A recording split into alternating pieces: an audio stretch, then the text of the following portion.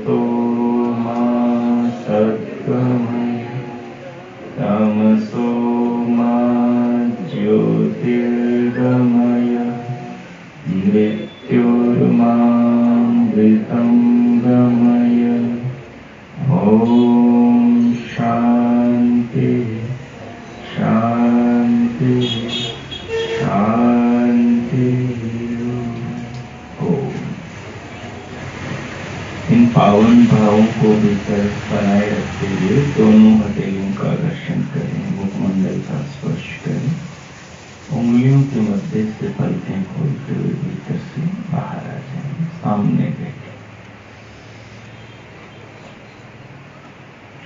बहुत ही सम्माननीय मुझसे पूर्व जिनका वक्तव्य आप सुन रहे थे, आर्य जगत के बहुत ही उच्च कोटि के विद्वान, उत्तम चिंतक, मनीषी मुनि सत्यक्षु जी, और जो इस कार्यक्रम की व्यवस्था कर रही हैं, जिन्होंने इस कार्यक्रम के कर्ता धर्ता, बहुत सम्मानीय जिज्ञासु मुनि जी, वेद वाटिका के सभी पदाधिकारी महानुभावों, आगंतुक धर्माभिलाषी आर्यभद्र पुरुषों, वंदनीय मातृशक्ति, प्यारे बच्चों, प्यारी बहनों, हमारा ये विषय है आत्मा का विज्ञान। आत्मा का विज्ञान यानी हम अपने आत्मा को कैसे जानें, आत्मा के बारे में जानने, समझने, अनुभव करने का प्रयास हम इस कक्षा के माध्यम से कर रहे हैं।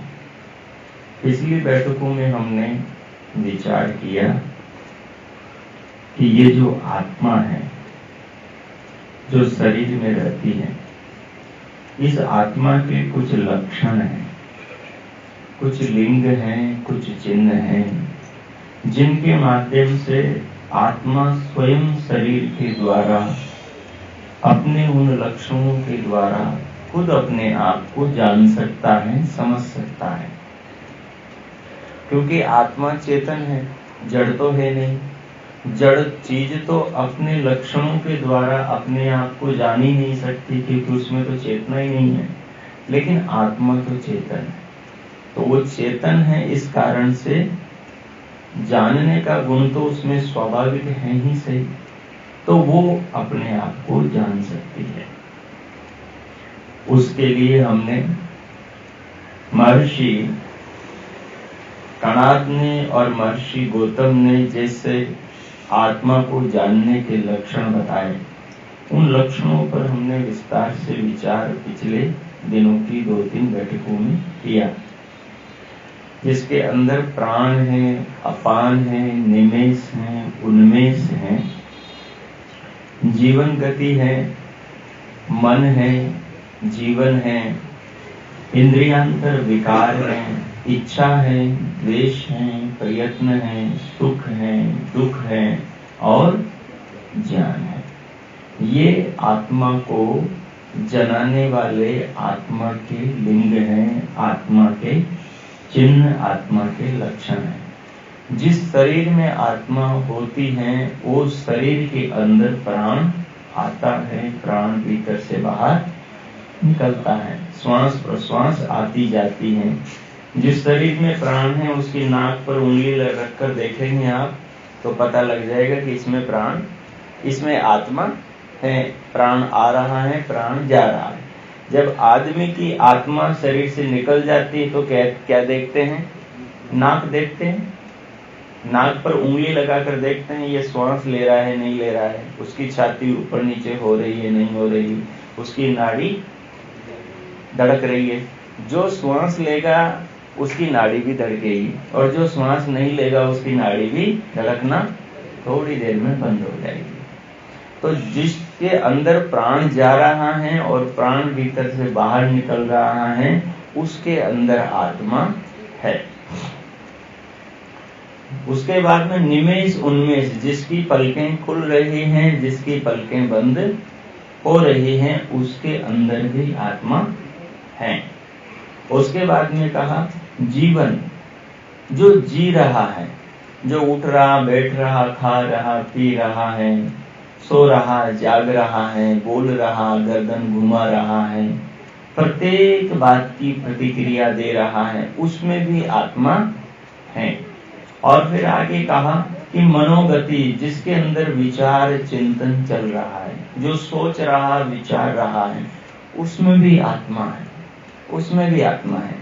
फिर आगे कहा कि गति, जिसके शरीर से नाना चेष्टाएं हो रही है, ठीक है, बोलने की चेष्टा, हाथों के हिलाने की चेष्टा, किसी को बुलाने की चेष्टा, किसी का नाम बोलने की, गीत गाने की, गुनगुनाने की, कोई भी चेष्टा जो हो रही है उसमें भी आत्मा है, क्योंकि शरीर में जो चेष्टाएं हैं वो बिना आत्मा के नहीं हो सकती। फिर आगे जाकर उन्होंने कहा कि जहां इंद्रियांतर विकार है कि आदमी आंख से देख रहा है और मुंह से जवाब दे रहा है, अध्यापक कह रहा है पढ़ो बच्चे इसमें क्या लिखा है, तो बच्चा किससे देख रहा है? किताब को आंख से देख रहा है और बोल किससे रहा है? मुंह से रहा है। इसको इंद्रियांतर विकार बोलते हैं कि आंख से तो देख रहा है, मुंह से जवाब दे रहा है। इसका मतलब अंदर कोई एक है जो आंख और वाणी दोनों को जोड़ रहा है, आंख और वाणी दोनों को जोड़ रहा है। अब जब अध्यापक ने कहा, ठीक है, तो अध्यापक की वाणी से जो ध्वनि निकली वो विद्यार्थी की आंखों ने तो नहीं सुनी, कानों ने सुनी। तो ये भी इंद्रियांतर विकार है कि अध्यापक ने बोला तो उसकी ध्वनि को विद्यार्थी ने कानों से सुना। अब कान से सुना और उसका उत्तर वो क्या कैसे दे रहा है? आंख से देख रहा है। इसका मतलब कान से सुनने वाला वही है जो कान से सुनकर आंख से किताब में देख करके वाणी से बोल रहा है, पढ़कर सुना रहा है। ठीक है, ये तीनों इंद्रियों का प्रयोग करने वाला प्रयोक्ता अंदर बैठा आत्मा एक है। ठीक है, इसको इंद्रियांतर विकार करते हैं। अब इसका विस्तार हमने पीछे किया है, अभी नहीं करेंगे। इसके बाद में कहा इच्छा और द्वेष। इच्छा और द्वेष, इच्छा का अच्छी इच्छा, बुरी इच्छा, कोई भी इच्छा हो, इच्छा जिस शरीर में हो रही है उसमें आत्मा है। द्वेष अच्छी चीजों से या बुरी चीजों से जिसके शरीर में भी हो रहा है उस शरीर में भी आत्मा है। मलमूत्र से हमें द्वेष होता है, उससे दूर भागते हैं। दुख से द्वेष होता है, उससे हम दूर भागते हैं। बुराई से, गंदगी से, दुर्गंध से हमें द्वेष होता है, जड़ से उससे दूर भागते हैं। और सुगंध से, खुशबू से, अच्छाई से, अच्छे संगीत से, अच्छी जगह से, स्वच्छ वातावरण से हमें प्रीति होती है, तो उसकी तरफ हम भागते हैं। तो द्वेष अच्छी चीज से हो या बुरी चीज से, अच्छी चीज से भी द्वेष होता है। कोई व्यक्ति हमसे अच्छा हो तो हमें उससे द्वेष हो जाती, ईर्ष्या हो जाती कई बार, ठीक है। तो जिसके अंदर ये द्वेष हो रहा है उसके अंदर आत्मा है। ये द्वेष करने वाला कौन है? आत्मा है, अच्छाई से या बुराई से। और राग करने वाला भी आत्मा है, अच्छाई से, बुराई से। सुख और दुख की अनुभूति करने वाला भी आत्मा है। सुख की अनुभूति और दुख की अनुभूति, अनुकूल वातावरण की अनुभूति और प्रतिकूल वातावरण की अनुभूति करने वाला भी शरीर में आत्मा है। इच्छा, द्वेष, प्रयत्न, सुख और दुख। और एक प्रयत्न का मतलब होता है अभी मेरा हाथ रखा हुआ है, अब इसमें अभी कोई प्रयत्न नहीं हो रहा है, लेकिन मैं इस हाथ को उठाना चाहता हूँ, मेरे कान पर आकर मक्खी बैठ गई है, मुझे इस मक्खी को भगाना है। तो इसके लिए मैं क्या करूंगा? ताकत लगाऊंगा, अंदर ताकत लगाऊंगा, ठीक है। तो ये ताकत जो लगा रहा हूं इसको प्रयत्न बोलते हैं। ये ताकत लगाई और मैंने मक्खी को भगाया, इसको प्रयत्न बोलते हैं। हाथ में शक्ति है भगाने की, लेकिन जब तक मैं वो प्रयत्न का प्रयोग नहीं करूंगा तब तक ये नहीं भागेगा, ठीक है। ये प्रयत्न आता कहां से? आत्मा की प्रेरणा से। आत्मा प्रेरणा करता है सूक्ष्म शरीर के करणों को, और सूक्ष्म शरीर के करण प्रेरणा करते हैं स्थूल शरीर के अंगों को। स्थूल शरीर में जो इंद्रियां हैं, सूक्ष्म इंद्रियां, वो सूक्ष्म इंद्रियां स्थूल शरीर के जो करण, जो साधन है, हाथ, हस्त इंद्रिय है, इसको प्रेरणा करते हैं। तो फिर ये ऐसे क्रमशः उठता है, ठीक। तो पीछे अंत में सबके मूल में कौन बैठा है? आत्मा। जिस शरीर की आत्मा निकल गई उस शरीर का हाथ नहीं उठता, चाहे मच्छर बैठे, चाहे मक्खी बैठे, चाहे कुत्ता कान काट के खा जाए, ठीक है। जिस शरीर से आत्मा निकल जाती है वो पड़े रहते हैं शरीर, चाहे पशु के हो, चाहे पक्षियों के हो, चाहे मनुष्य को। पशु खा जाते हैं उनको, लेकिन वो कोई प्रतिक्रिया नहीं करते। इसका सीधा सा मतलब क्या हुआ कि प्रयत्न करने वाला शरीर के अंदर आत्मा तत्व है। अब इसके बाद में अंत में आत्मा को जानने का साधन क्या बताया? ज्ञान। तो ये ज्ञान अनुभूति किसमें है? अनुभूति किसमें है?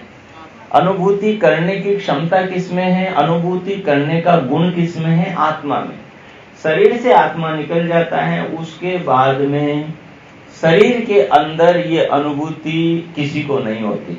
आंखें खुली हो फिर भी वो खुली आंखों से वो मुर्दा, वो लाश पड़ा सारे उसके घर के स्वजनों को देख रहा है। आंखें खुली हैं, सब उसको देख रहे हैं, लेकिन वो कोई प्रतिक्रिया नहीं करता। बच्चे आपस में लाश पड़ी हुई है बोल रहे हैं, बड़े बोल रहे हैं, रो रहे हैं, चिल्ला रहे हैं, छाती पीट रहे हैं। दुख में और शोक के अंदर पूरा परिवार में मातम छाया हुआ है, लेकिन फिर भी वो पड़ा हुआ कानों से नहीं सुन रहा।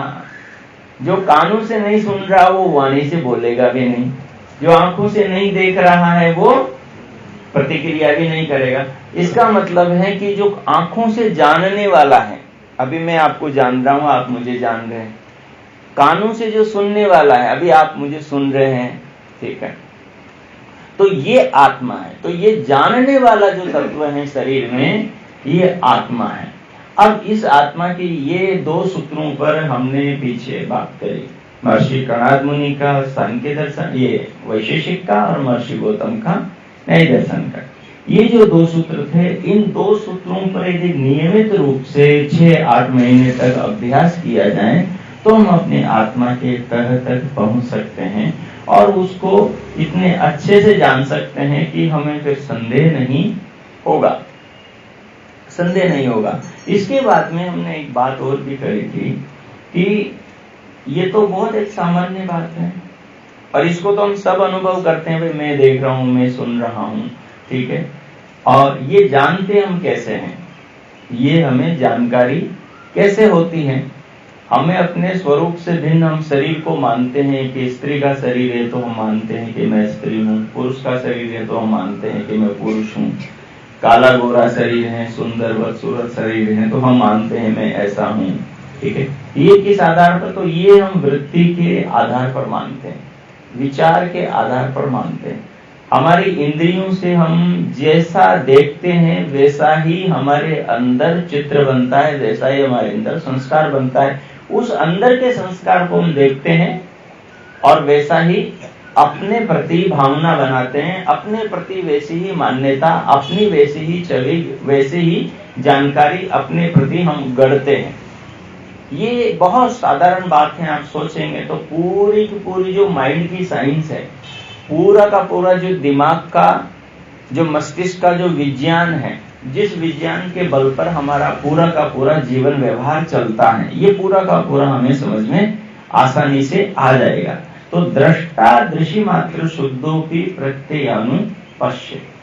दृष्टा आत्मा तो देखने वाला है, इंद्रियों के द्वारा विषयों को जानने वाला है, और वो दृष्टा दृश्य मात्र, चेतन मात्र है, चेतन मात्र, वो केवल जानने वाला है। उसके जानने पर जो जानने की जो संस्कार पड़ता है या जो स्मृति रहती है, वो स्मृति उसमें नहीं रहती, आत्मा में। ये बात समझिएगा, आत्मा में स्मृति नहीं रहती, आत्मा के अंदर ज्ञान नहीं जाता, ज्ञान बाहर ही रह जाता है, ज्ञान चित्त में ही रह जाता है। ज्ञान चित्त के कणों पर, चित्त के परमाणु पर, अणु पर ही छप के रह जाता है, ज्ञान तंतुओं पर ही ज्ञान रह जाता है, आत्मा के अंदर ज्ञान नहीं जाता, क्योंकि आत्मा अप्रतिसंक्रमा। अप्रतिसंक्रमा का मतलब है न तो आत्मा में कुछ घुसता है, न ही आत्मा से कुछ निकलता है। फिर कहा अपरिवर्तनशील चेतन आत्मा। आत्मा कैसा है? जो परिवर्तित नहीं होता, जो बदलता नहीं है, सदा एक जैसा रहता है। उसके लिए एक शब्द का प्रयोग करते हैं, कूटस्थ नित्यता। कैसी है नित्यता? कूटस्थ नित्यता। कूटस्थ शब्द का मतलब है जो एकदम सदा से एक जैसा रहता है। इसी बात को समझाने के लिए शाश्वत शब्द का प्रयोग करते हैं, सनातन शब्द का प्रयोग करते हैं, अपरिणामी शब्द का प्रयोग करते हैं। प्रकृति भी नित्य है लेकिन परिणामी नित्य है, परिवर्तनशील स्वभाव वाली है, लेकिन आत्मा अपरिणामी नित्य है, अपरिवर्तनशील स्वभाव वाला है, सदा एक जैसा रहता है, ठीक है।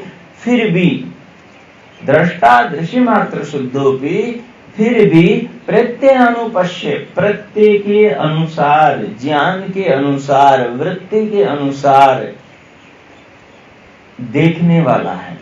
उसकी वृत्ति कैसी बनाई गई है? वातावरण के द्वारा, माता पिता के द्वारा, किताबों के द्वारा, जानकारियों के द्वारा, उसके दिमाग में कैसा ज्ञान डाला गया है, आंखों के द्वारा, कान के द्वारा, उसको क्या समझाया है, अपने बारे में क्या उसके अंदर मान्यता डाली है। तू हिंदू है, मुस्लिम है, सिख है, स्त्री है, पुरुष है, तू लंबा है, नाटा है, ये है, वो है, जो भी डाला है, तू इसका भाई, इसकी बहन वगैरह वगैरह है, तो उसी की ज्ञान के अनुसार आत्मा खुद को मानता है। ये ज्ञान बुद्धि में, ये ज्ञान चित्त में रहता है, आत्मा के अंदर नहीं जाता है, आत्मा के अंदर ये नहीं जाता है।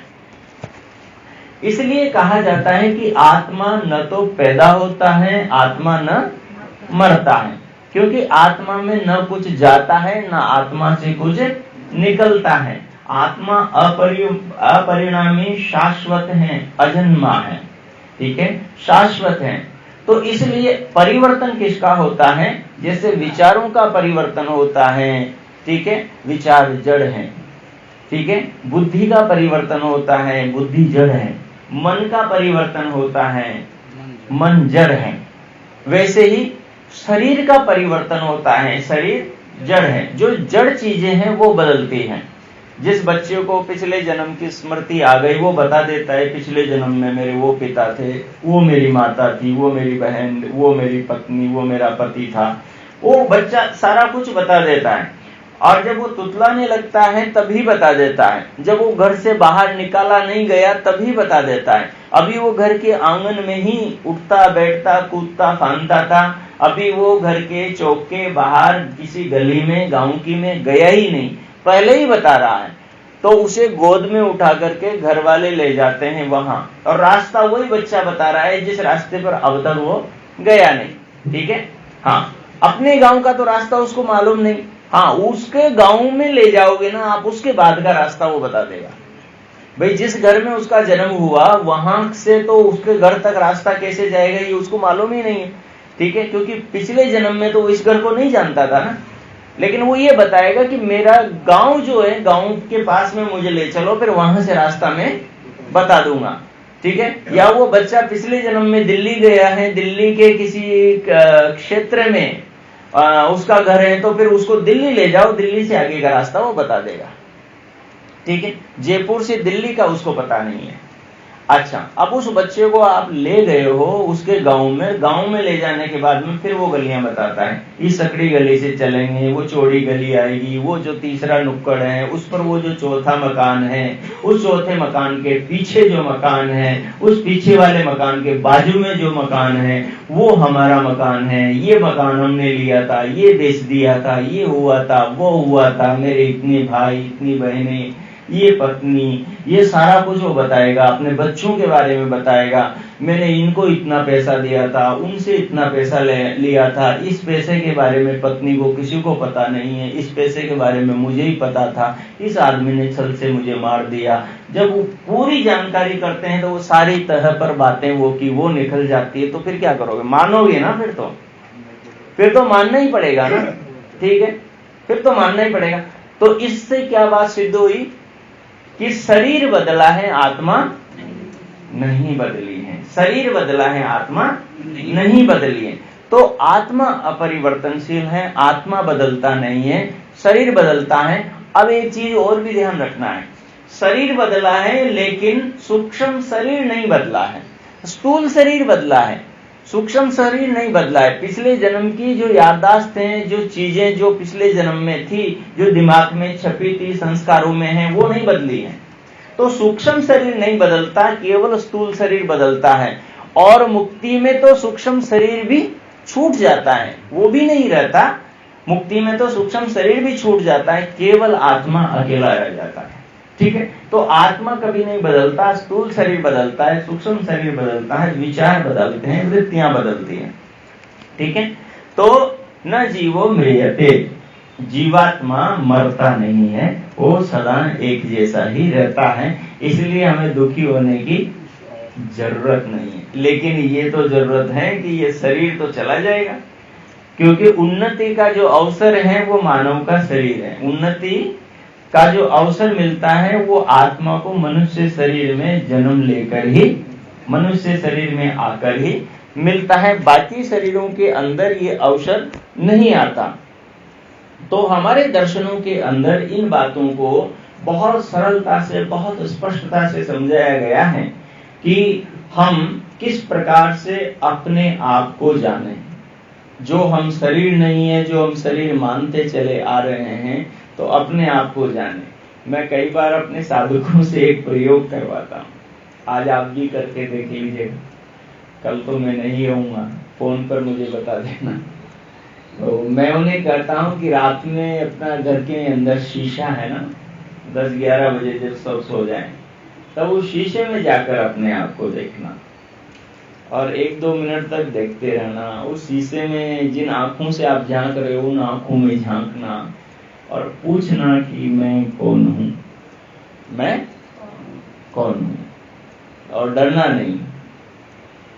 तो थोड़ी देर के अंदर जो आपकी मान्यता अपने बारे में है, ठीक है, मैं सविता हूं, रेखा हूं, बिमला हूं, गीता हूं, सावित्री हूं, पूनम हूं, जो भी है, ठीक है, मैं आदित्य हूं, केशव हूं, मोहित हूं, राहुल हूं, योगेश हूं, जो भी है, ठीक है। तो वो जो चीजें हैं आपके माइंड में अपने बारे में, जो आइडेंटिटी जो आपने बना रखी है, वो सब आउट हो जाएगी, वो सब गायब हो जाएगी। ठीक है, हो सकता है आपको ऐसा लगेगा मैं कौन हूं, आप अपने आप को अपरिचित अनुभव करेंगे। जैसे कुत्ते के सामने शीशा रख दो, अचानक बंदर के सामने रख दो, तो वो क्या करेगा, उसकी प्रतिक्रिया से आपको समझ में आएगा कि वो हो क्या रहा है वहां पर। मतलब ये है कि बंदर क्या मान रहा है शीशे में अपने आप को देखकर कि ये कोई दूसरा है, ये कोई दूसरा। वो नहीं जानता कि ये मैं ही हूं, वो नहीं जानता कि ये मैं ही हूं। वो ये देखेगा कि ये कोई और है जो मेरी ओर घुर्रा रहा है। वो थोड़ा घुर्राता है, वो भी घुर्राता है, ये भौंकता है, वो भी भौंकता है। तो वो ज्यादा भौंकता है तो ज्यादा भौंकेगा, तो उधर से भी ज्यादा भौंकेगा, क्योंकि चीज तो एक ही है, प्रतिछाया है, चीज तो एक ही प्रतिछाया। जब आप शीशे में थोड़ी देर देखोगे तो उसके बाद में आपने जो जानकारी ओढ़ रखी है, वो जानकारी थोड़ी देर में खिसक जाएगी। उसके बाद में केवल आप बचोगे।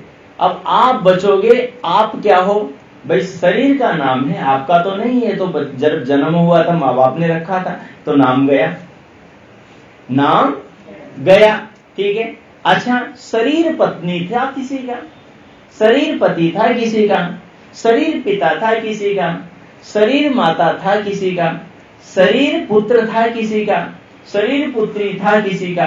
ठीक है, शरीर नौकर था किसी का, शरीर मालिक था किसी का, शरीर धन का स्वामी धनपति था। ठीक है, और शरीर गरीब निर्धन था। तो ये सारा कौन था, शरीर था। ठीक है, लेकिन शरीर तो मैं हूं ही नहीं, शरीर तो मैं हूं ही नहीं, क्योंकि शरीर यहाँ पड़ा रहता है और शरीर का प्रयोग करने वाला उससे निकल जाता है। तो मेरे सामने हजारों ऐसी घटनाएं घटी, उन घटनाओं से मेरे ये समझ में आ गया कि शरीर वाला शरीर नहीं है। शरीर में रहने वाला, जैसे ठेले वाला रेडी चलाता है, और रेडी चलाने वाला रेडी नहीं है, फल वाला फल नहीं है, धन वाला धन नहीं है। हाँ, तो ज्ञान वाला ज्ञान नहीं है। जो नॉलेज है, नॉलेज थोड़ी ना हम है, नॉलेज हम नहीं है, नॉलेज तो बुद्धि है, नॉलेज तो जानकारी तो हमारा चित्त है, जानकारी हम नहीं है। हम तो जानने वाले हैं, दृष्टा है हम, दृश्य नहीं है। हम दृश्य को देख करके अज्ञान से दृश्य को स्वयं मानने वाले हैं, स्वयं मानने वाले, और इसी को नाम अविद्या है। ये मानना, स्त्री नहीं है आत्मा, स्त्री मानना अविद्या है। शरीर नहीं है आत्मा, शरीर मानना अविद्या है। अविद्या 5 प्रकार की होती, अविद्या, अस्मिता, राग, द्वेष और अभिनिवेश। उसी के अंतर्गत जड़ को चेतन मानना, चेतन को जड़ मानना अविद्या है। आत्मा को शरीर मानना, शरीर को आत्मा मानना अविद्या है। तो इस प्रकार से जब आप दर्पण के सामने थोड़ी देर देखेंगे तो आपको हो सकता है डर लगने लगे, भागने का मन हो वहां से। ठीक है, क्योंकि कई का ऐसा अनुभव है, आप करके देखिएगा, हो सकता है आपको न हो तो बहुत अच्छी बात है, कोई नया अनुभव निकल कर आएगा। ठीक है, तो थोड़ी देर देखिएगा, थोड़ी देर देखते देखते क्या होगा, मैं अपने साधकों से कहता हूँ कई बार जो ध्यान शिविर होते हैं उनमें, कि चलो एक काम करो, आपके नाम और रूप की जो, आपके नाम और रूप का जो वस्त्र है, वस्त्र ये शरीर क्या है, वासांसी जीर्णानि यथा विहाय नवानि गृह्णान्ति नरोपराणि। कहते हैं ये जो शरीर है, गीता में क्या कहा, बोले एक वस्त्र की भांति है। और ये शरीर पुराना होने के बाद में, ये वस्त्र पुराना होने के बाद में जैसे हम उसको उतार के नया पहनते हैं, वैसे ये शरीर खराब होने के बाद में इसको उतार के परमात्मा दूसरा पहना देता है। जैसे माँ क्या करती है, पुराना कपड़ा होने के बाद में नए पहना देती है। पुराने जूते हो जाएं जिनके अंदर पीछे से तला घिस जाए और कंकर और कांटे चुभने लगे, तो माँ बाप क्या करते हैं, जूते नहीं पहनाते हैं। अब वो पुराने जूतों में मोह रहता है क्या, नहीं रहता है ना। ठीक है, तो ये क्या होता है, एक प्रकार का ये जो पुराना जो है, जो पुराना है उसमें मोह तब तक रहता है जब हमारी वैसी उसमें मान्यता हो, हमारा उसके अंदर वैसा ज्ञान हो, तभी वो चीजें रहती।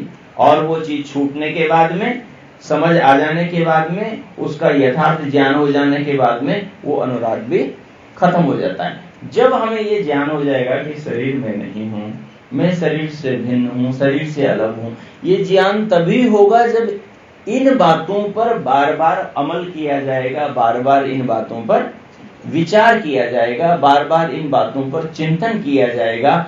इन बातों के द्वारा सत्य को समझा जाएगा, सत्य को समझा जाएगा। तो मैं क्या कर रहा था, मैं क्या बताता हूं कि साधकों से कहता हूं कि अपने नाम रूप का जो चोला है, इस चोले को हैंगर पर घर की खूंटी पर टांग दो, और टांगने के बाद में फिर पार्क में निकलो। अब थोड़ी सी कल्पना करो, थोड़ी सी कल्पना करो, आपने जो जिज्ञासु मुनि जी है, ठीक है, आपने जिज्ञासु मुनि वाला जो चोला है उसको हैंगर पर टांग दिया। अब हैंगर पर टांगने का मतलब है कि जिज्ञासु मुनि जी यहाँ रह गए, जिज्ञासु मुनि जी की पत्नी, जिज्ञासु मुनि जी के बच्चे, जिज्ञासु मुनि जी का घर, जिज्ञासु मुनि जी की प्रॉपर्टी, इस शरीर से जन्म से जुड़कर अब तक की जो भी चीजें, माता पिता, सब कुछ जो सांसारिक छवि है जिज्ञासु मुनि जी की, वो सारी कुछ आइडेंटिटी यहाँ पर हैंगर पे टक गई। अब उसके बाद में निर्लिवाज होकर जिज्ञासु मुनि जी जा रहे हैं, ठीक है। अब अपना चिंतन करो, एक नवीनता अनुभव होगी, एक दिव्यता अनुभव होगी। फिर उसके बाद में जो चिंतन होगा वो वास्तविक होगा, वो यथार्थ होगा, फिर उसका आप मनन कर सकते हैं, कर सकेंगे, ठीक है। तो ये एक बात विचार की है, ये एक बात समझने की है। जब आप इस पर बार बार विचार करेंगे तो इसकी गहराई आपके समझ में दिनों दिन आती चली जाएगी। अब ये साधक स्वयं विचार करता है, शास्त्र उसको दृष्टि देता है कि तू सोचे कैसे, विचार कैसे करें, अपने बारे में कैसे निर्णय करें कि आत्मा कौन है, कि आत्मा कौन है, आत्मा कौन है। तो शास्त्र क्या कहता है, शास्त्र कहता है कि ऐसा ही दृष्टा श्रोता मनता, बोले ये जो दृष्टा है यही आत्मा है, जो देखने वाला है आंखों से यही आत्मा है, श्रोता जो कानों से सुनने वाला है यही आत्मा है, और जिघ्राणता जो नाक से सूंघने वाला है यही आत्मा है, और रसना से जो चखने वाला है यही आत्मा है, त्वचा से जो स्पर्श करने वाला है यही आत्मा है, यही आत्मा है। और इस आत्मा के लिए शास्त्र ने एक बहुत प्यारा शब्द दिया। प्यारा शब्द क्या दिया कि अहम इति प्रत्येक आत्मनि, अहम इति प्रत्येक आत्मनि, प्रत्येक आत्मा अहम इति मैं हूं ऐसा मानता है, जानता है, जानता है। हम जितने भी लोग यहाँ पर बैठे हुए हैं ऐसा जानते हैं, अभी जानते हैं मैं हूं, या कोई ऐसा कहेगा कि मैं नहीं हूं? आपसे पूछें कि आप हो तो आप क्या कहेंगे? हाँ मैं हूं, मैं यहाँ बैठा हुआ हूं, और क्या चाहिए, ठीक है। इसका मतलब है आप अपने अस्तित्व की गवाही खुद दे रहे हैं, आप अपने अस्तित्व की गवाही खुद दे रहे हैं। सत्य को प्रमाणित करने के लिए किसी और चीज की आवश्यकता, सूर्य को प्रमाणित करने के लिए किसी और दीपक की आवश्यकता नहीं है। सूर्य स्वतः ही अपनी सत्ता से, अपने प्रकाश से, अपने उजाले से अपने आप को प्रमाणित कर रहा है। तो आत्मा अपने अहम प्रत्यय से शरीर के अंदर, आत्मा अपने अहम प्रत्यय से शरीर के अंदर अपने आप को प्रमाणित कर रहा है। अहम इति मैं हूं, ये जो होने की जो प्रमाणिकता, आत्मा होने की जो प्रमाणिकता हम स्वयं अपने बारे में कर रहे हैं, इसी का नाम है आत्मा का ज्ञान, कि मैं हूं, ये आत्मज्ञान।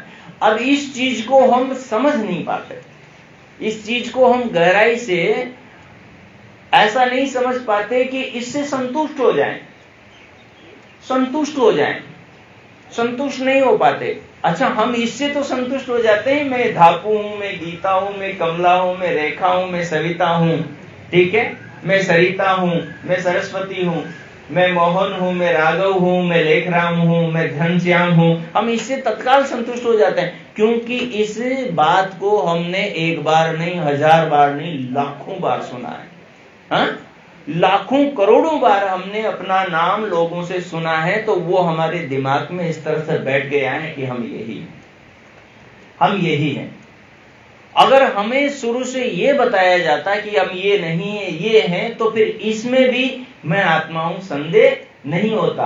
अगर हम आत्म तत्व की बचपन से ही इस प्रकार से विश्लेषण कर रहे होते, उसका चिंतन, उसका ध्यान, उसका विचार कर रहे होते, तो अभी हमें बिल्कुल भी आत्म तत्व के बारे में संदेह बिल्कुल नहीं होता। तो हाँ, इसलिए कहा कथम आत्मा इति, तो बोले कि आत्मा कौन है? तो कहा अयम यो अयम विज्ञानमय। बोले ये जो विज्ञानमय है, जो जान रहा है खुद को और खुद के द्वारा दूसरी चीजों को, यही आत्मा है। जो प्राणों को जान रहा है, मैं प्राण ले रहा हूँ, श्वास ले रहा हूँ, मैं श्वास छोड़ रहा हूँ, जो इसे जान रहा है मैं सुखी हूँ, मैं दुखी हूँ, जो इसे जान रहा है, जो मैंने आंख से देखा है मैं उसे बोल रहा हूँ, मुंह से, कान से सुना है उसे हाथ से लिख रहा हूँ कागज पर, जो ये कर रहा है यही आत्मा है, यही आत्मा है, और कोई आत्मा नहीं। और ये आत्मा कैसा है, ये आत्मा कैसा है? तो इसके बारे में भी महर्षि व्यास ने योग दर्शन के अंदर बताया। बोले जब आत्मा अपने आप को जानता है, जब आत्मा अपने आप को जानता है साधना के द्वारा, स्वाध्याय के द्वारा, ध्यान के द्वारा, समाधि के द्वारा, तो फिर वो पाता है। जब आत्मा पर संयम किया जाता है तो आत्मा अपने आप को क्या अनुभव करता है? ऐशो अणु आत्मा, ऐशो यह जो आत्मा है अणु है, तम अणु मात्रम आत्मानम अनुविद्यास्मि। महर्षि व्यास कहते हैं कि वो उस आत्मा को, स्वयं को जान करके ये जानता है कि मैं आत्मा अणु स्वरूप हूं, मैं आत्मा अणु स्वरूप हूं। जब वो इस गहराई में, ऊंचाई में जाकर अपने को जानता है तो यही जानता है कि मैं आत्मा अणु स्वरूप हूं। और इस आत्मा को वो कैसे जानता है? ध्यान के द्वारा। तो उसकी विधि भी बताए। उसकी विधि के अंदर मुंडको उपनिषद में कहा गया, एशो अणुरात्मा चेतसा वेदितव्य। 3 शब्द हैं। एशो आत्मा, ऐसो अणुरात्मा चेतसा वेदितव्य। चेतसा, चेतसा का मतलब है चित्त से, चित्त से वेदितव्य यानी जानता है। ऐश अणुरात्मा, आत्मा को चित्त के द्वारा जाना जाता है, चित्त के द्वारा, चिंतन के द्वारा, विचार के द्वारा, ध्यान के द्वारा ही आत्मा को जाना जाता है। क्योंकि आत्मा किस में रहता है? चित्त में। चित्त में आत्मा रहता है। और चित्त कहाँ है? हृदय में। और हृदय कहाँ है? मनुष्य की खोपड़ी में, मस्तिष्क के अंदर हृदय। हृदय 2 मान्यता है। एक मान्यता है कि दोनों स्तनों के मध्य जो गड्ढा है यहाँ पर हृदय है, ठीक है। लेकिन उस मान्यता को बहुत सारे विद्वान नहीं मानते, क्योंकि वो जो स्वामी दयानंद जी की ऋग्वेदादि भाष्य भूमिका में है तो वो हिंदी में है। स्वामी जी ने ऋग्वेदादि भाष्य भूमिका हिंदी में नहीं लिखवाई, संस्कृत में लिखवाई है, ठीक है। हिंदी में पंडितों ने अर्थ किया है, तो उसका जो मूल है ना, वो मूल नहीं मिलता हिंदी का, इसलिए उसको स्वीकार्य नहीं करते।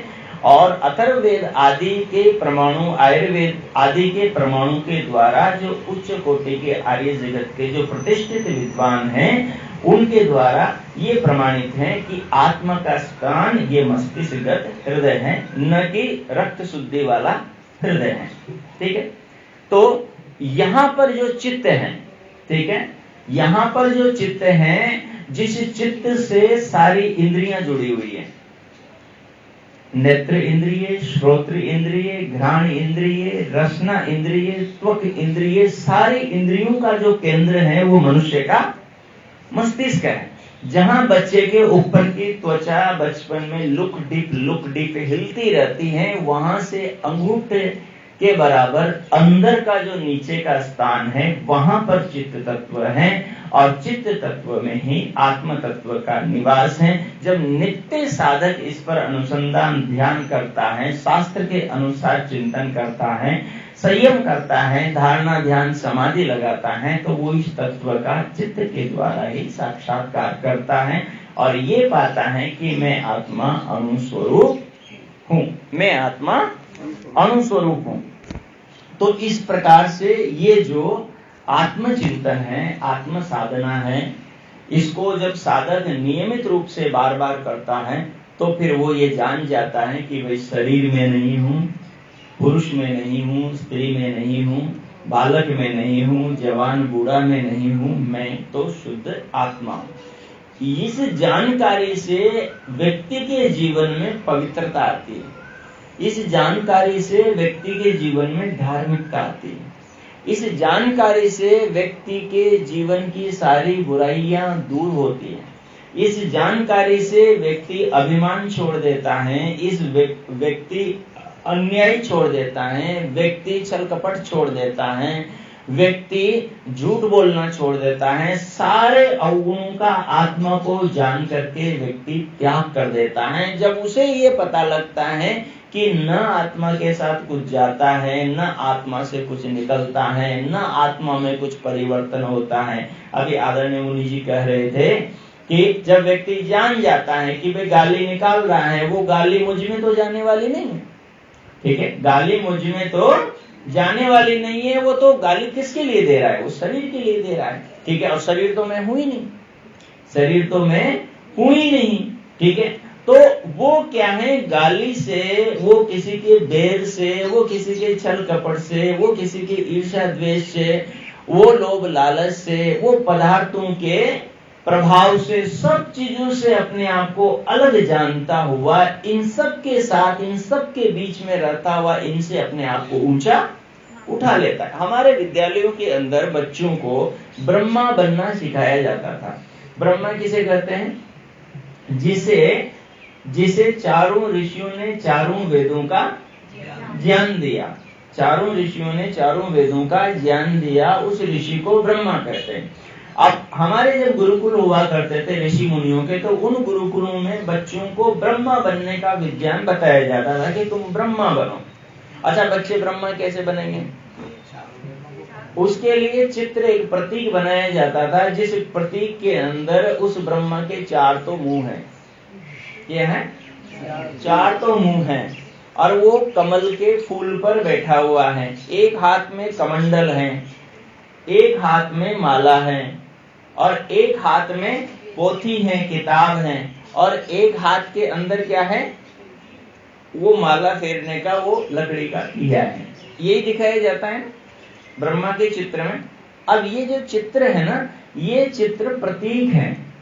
ये चित्र प्रतीक है कि छोटे से बच्चे को आप ब्रह्मा बनने के बारे में कैसे बताएं, कैसे उस बच्चे को ब्रह्मा बनने के लिए प्रेरित करें, कैसे आप स्वयं अपने आप को ब्रह्मा बनाएं, उसके लिए वो विज्ञान बचाया जाता है। बेटे चलता है तो क्या बताया जाता है कि वो जो ब्रह्मा है, ब्रह्मा कौन? ब्रह्म जो शब्द है उसका मतलब है महान। ब्रह्म जो शब्द है बराबर उसका मतलब है महान। महान कौन है? प्रकृति भी महान है, महान आत्मा भी है, और महान परमात्मा भी परम महान है, ठीक है। तो जो इन महान तत्वों को जानता है वो ब्रह्मा कहलाता है। जो प्रकृति को जानता है, परमात्मा को जानता है, और जो आत्मा को जानता है, ठीक है, उनको महान, उसको ब्रह्मा कहा जाता है। अच्छा, ब्रह्मा किससे बनता है? ब्रह्मा किससे बनता है? जिसके पास में इन तीनों का पूरा ज्ञान हो। अच्छा, पूरा ज्ञान इन तीनों का किससे मिलता है? त्रेतवाद का संपूर्ण ज्ञान किससे मिलता है? वेदों से। और वेद कितने हैं? चार हैं। ब्रह्मा के एक हाथ में क्या है? वेद है, ठीक है। वो वेद ही विद्या है। उस विद्या को ग्रहण करके ही व्यक्ति ब्रह्मा बनता है। और वो ब्रह्मा किससे बनता है? चार वेदों से। तो चारों जो सिर हैं उसके, वो चार वेदों के प्रतीक हैं, चार वेदों के प्रतीक हैं। जब उसके पास में चार सिर यानी चारों वेदों का ज्ञान आ जाता है उस व्यक्ति के पास, फिर उस ज्ञान का वो क्या करता है? मनन करता है। मनन का नाम ही माला है। मनन का नाम ही क्या है? मान लो आपको 10 बिंदु दिए जाएं कि ये 10 बिंदु पर आपको विचार करना है, तो आप क्या करेंगे? पहले एक बिंदु पर, फिर दूसरे बिंदु पर, फिर तीसरे बिंदु पर माला बनाएंगे ना, ठीक है। तो वो जो माला है ना, एक प्रतीक है कि ये जो सारा ब्रह्मांड है ना, ये माला की तरह है। माला की तरह सूर्य के पृथ्वी परिक्रमा कर रही है, सूर्य अपने अक्ष पर घूम रहा है, पृथ्वी के दूसरे ग्रह परिक्रमा कर रहे हैं, सब ग्रह एक दूसरे के परिक्रमा कर रहे हैं, सारे ग्रह आकाश गंगा गैलेक्सी के अंदर घूमते हुए, आकाश गंगा भी घूम रही है, घूमती हुई आकाश गंगा में सौर परिवार घूम रहा है, सारे घूमते हुए जलेबी की तरह इस अनंत ब्रह्मांड के अंदर घूमते हुए आगे बढ़ते जा रहे हैं। ठीक है, ये क्या है? माला है। माला घूम रही है ना ब्रह्मांड की, बस वही है। वो वेदों के द्वारा ब्रह्मांड को जानता है, वेदों के द्वारा ब्रह्मांड को जानता है, उसका चिंतन करता है, उस चिंतन को ही माला कहा गया है। ठीक है। अच्छा, एक दूसरे हाथ में क्या है? कमंडल। कमंडल को उल्टा कर दो, वो बिल्कुल अपनी खोपड़ी की तरह सेट बैठ जाएगा, उसका गला तो गले की तरह हो जाएगा, कमंडल का पेंदा है अपनी खोपड़ी की तरह हो जाएगा। तो इसका मतलब है कि जैसे कमंडल में आप जल भरते हैं, ठीक है, साधुओं के पास में क्या होता है? कमंडल। तो जैसे कमंडल में जल भरते हैं, और वैसे ही जो विद्यार्थी विद्यालय में जाता है वो ज्ञानांजल को इस मस्तिष्क रूपी कमंडल में भरता है, इसके अंदर धारण करता है। और इस मस्तिष्क रूपी कमंडल का मुंह कौन सा है? कान, आंख। ज्ञान कहां कहां से प्राप्त होता है? कानों से भी होता है, आंख से भी प्राप्त होता है, नाक से भी प्राप्त होता है, रसना से भी प्राप्त होता है, और त्वचा से भी प्राप्त होता है। पांचों इंद्रियां ज्ञान के केंद्र हैं। तो ये पांचों इंद्रियां जो ज्ञान इकट्ठा करती हैं, पांचों इंद्रियों से जो ज्ञान आता है वो कहां जाके ठहरता है? इसी में कमंडल में जाके ठहरता है ना। जैसे सारी नदियों का जल कहां जाकर ठहरता है? समुद्र में ठहरता है। ठीक है। हमने सुनते हैं कि वो कौन से ऋषि थे, महर्षि अगस्त्य, उन्होंने समुद्र को पी लिया। ठीक है। शतपथ ब्राह्मण कहते हैं मन एवं समुद्र, मन ही समुद्र है, मन ही समुद्र है। मन में कितनी चीजें समा जाती, मन का मतलब चित्त, उसमें सारी दुनिया का ज्ञान समा जाता है। और रात्रिकालीन मंत्रों में तो ये भी कहा कि चित्त में चारों वेदों का ज्ञान समा जाता है, इतना सामर्थ्य उसका है। तो ये मस्तिष्क हमारा कमंडल है, इसमें सारा का सारा ज्ञान चारों वेदों का समा जाता है। जब ये सारे ज्ञान को व्यक्ति धारण करके, सारे ज्ञान को व्यक्ति धारण करके उस ज्ञान के अनुरूप जीवन जीता है, तो उसका जीवन कमल की भांति बन जाता है। कमल को संस्कृत में पंकज बोलते हैं। क्या बोलते हैं? पंकज। पंकज का मतलब पंकी जायति इति पंकज। जो कीचड़ से पैदा होकर कीचड़ से अलिप्त हो जाए उसको पंकज कहते हैं। जो कीचड़ से पैदा होकर कीचड़ से अलग हो गया उसको पंकज कहेंगे, उसको पंकज कहेंगे। तो बोले जब चारों वेदों का ज्ञान व्यक्ति को प्राप्त हो जाता है, तो वो जो महान वस्तु है, आत्मा, परमात्मा, प्रकृति, ये सारी सृष्टि, पूरा जीवन, इस सबको जानने के बाद संसार में वो कमल की भांति जीवन जीता है। संसार में रहते हुए, संसार से निर्लिप्त रहते हुए, संसार से अछूता रहते हुए जीवन जीता है। जैसे कमल कीचड़ से पैदा होकर उसमें रहता हुआ भी अलग रहता है। ठीक है। जैसे नारियल पककर अपने खोल से अलग हो जाता है, अलग हो जाता है। अब नारियल को तोड़ोगे तो उसकी खोल अलग और उसकी गिरी अलग हो जाएगी। ठीक है। और कच्चे को तोड़ोगे तो पूरा पानी भी बिखर जाएगा। तो जब पक जाता है ज्ञान के द्वारा, तो शरीर से अपनी आत्मा को विद्वान ब्रह्मा अलग कर लेता है और कमल की भांति जीवन को जीता है। तो जब आत्मा का ज्ञान होता है तो धीरे धीरे सारे अवगुणों का, सारे दुर्गुणों का, सारे दोषों का विनाश होता है। आरंभ में हमने एक मंत्र का पाठ किया था, त्र्यंबकम यजामहे सुगंधिम पुष्टिवर्धनम उर्वारुकमिव बंधनान मृत्युर्मुक्षीयमामृता। क्या कहा गया कि जैसे खरबूजा पककर, जब खरबूजा पक जाता है तो क्या हो जाता है? सुगंधित हो जाता है। जब ज्ञान के द्वारा मनुष्य पक जाता है, परिपक्व हो जाता है, तो उसका व्यक्तित्व सुगंधित हो जाता है, सुगंधित हो जाता है। और खरबूजा पककर जब डाल से अलग होता है तो उसको दर्द नहीं होता, वो डाल को खुद छोड़ता है, डाल को खुद छोड़ता है। ठीक है ना। अच्छा, कच्चा छूटता नहीं, कच्चे को तो काटना पड़ेगा आपको, लेकिन पक्का खरबूजा स्वयं अपनी डाल को छोड़ देता है। जब मनुष्य ज्ञान को जान करके, तीनों तत्वों के ज्ञान को जान करके ब्रह्मावत ब्रह्म बन जाता है, ब्रह्मा बन जाता है, तो फिर अपने शरीर को खरबूजे की भांति खुद छोड़ देता है आत्मा सुगंधित होकर। वो सुगंध क्या है? ज्ञान का आनंद, परमानंद है। तो वो जीवती ही मुक्ति को प्राप्त हो जाता है। तो इस प्रकार से हमें आत्मा का अनुसंधान करना चाहिए, आत्मा का हमें विचार करना चाहिए, आत्मा का हमें चिंतन करना चाहिए। उससे हमारा जीवन जरूर ही सफल होगा और हमारी गति आत्म उत्थान की ओर होगी।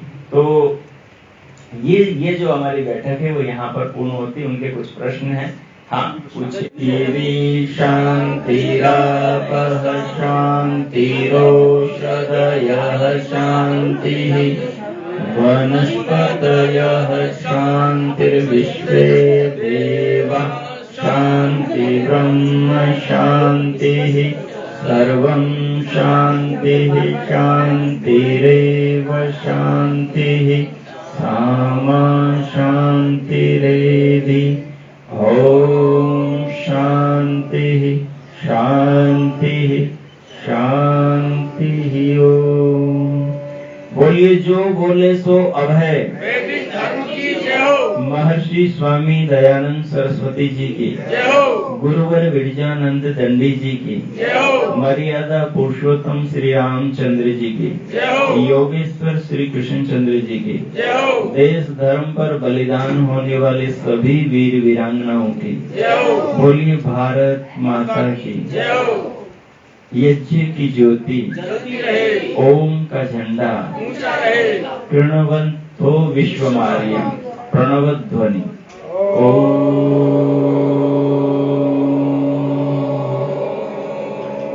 वैदिक अभिवादन सबको सादर नमस्ते जी। जीते हो सब प्रसाद लेकर